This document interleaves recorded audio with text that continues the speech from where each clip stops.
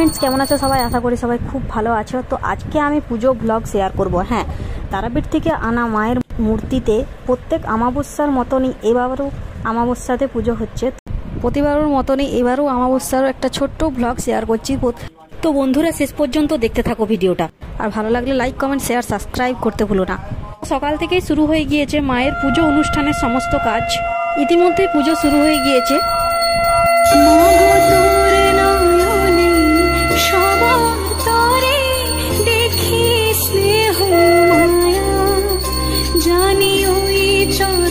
প্রত্যেক অমাবস্যাতে আমাদের নিত্য পুজো করা হয়।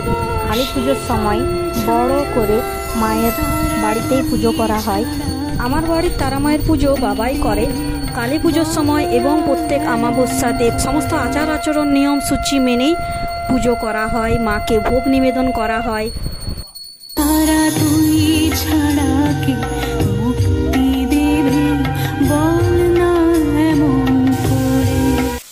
পুজো শেষ, এরপরে পাঁচ নারায়ণকে ভোগ প্রসাদ সেবা করানো হবে।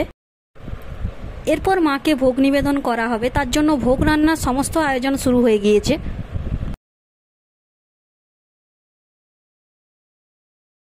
ভোগ রান্না সম্পন্ন হয়েছে। মাকে নিবেদন করার জন্য পরপর সাজিয়ে দেওয়া হলো।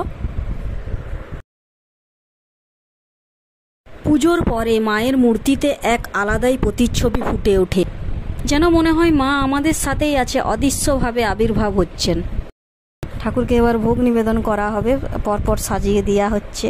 তো আজকের ব্লগটা এই পর্যন্ত, এখানে আমি ব্লগটা শেষ করছি। জয় মা তারা, সবাইকে ভালো রেখো, সুস্থ রেখো।